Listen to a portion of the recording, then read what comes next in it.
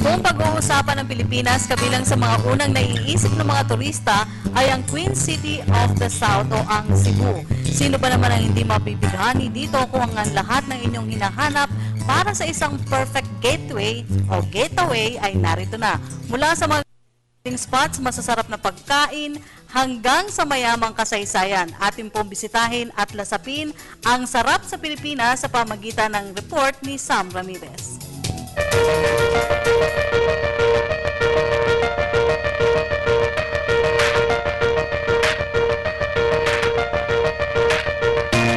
Bagamat tapos na ang summer, di ito hadlang para magliw-aliw at i-enjoy ang ganda ng Pilipinas. Heto nga at kahit maulan na ay dinala pa din ako ng aking mga paa sa Queen City of the South, ang Cebu.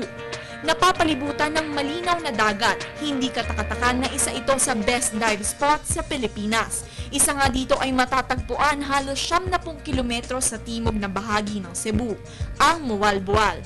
Maaaring mag-snorkeling kung kayo ay nagtitipid at mag-scuba diving naman kung kayo ay may budget. Matapos naman mamangha sa mga isda at bahura, maaari namang mag-relax sa mga hotels at resorts na nakapaligid.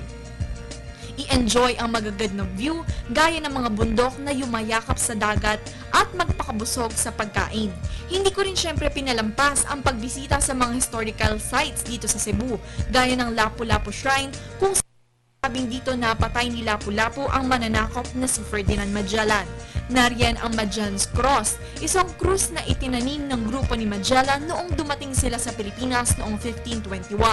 At katabi naman ito ang Basilica Minore del Santo Niño, ang pinakamatandang simbahan sa Pilipinas. Kasama din sa aking napuntahan ang Philippine Taoist Temple, Guitar Factory at marami pang iba.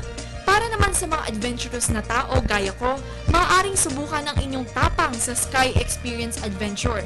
Maaari nyo ring maranasan na maglakad sa gilid ng pinakamataas na building sa Cebu.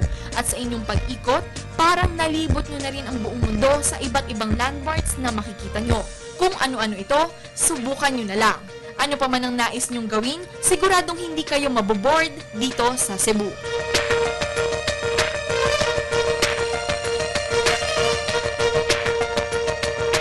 Nag-uulat para sa Telebisyon ng Bayan, Sam Ramirez.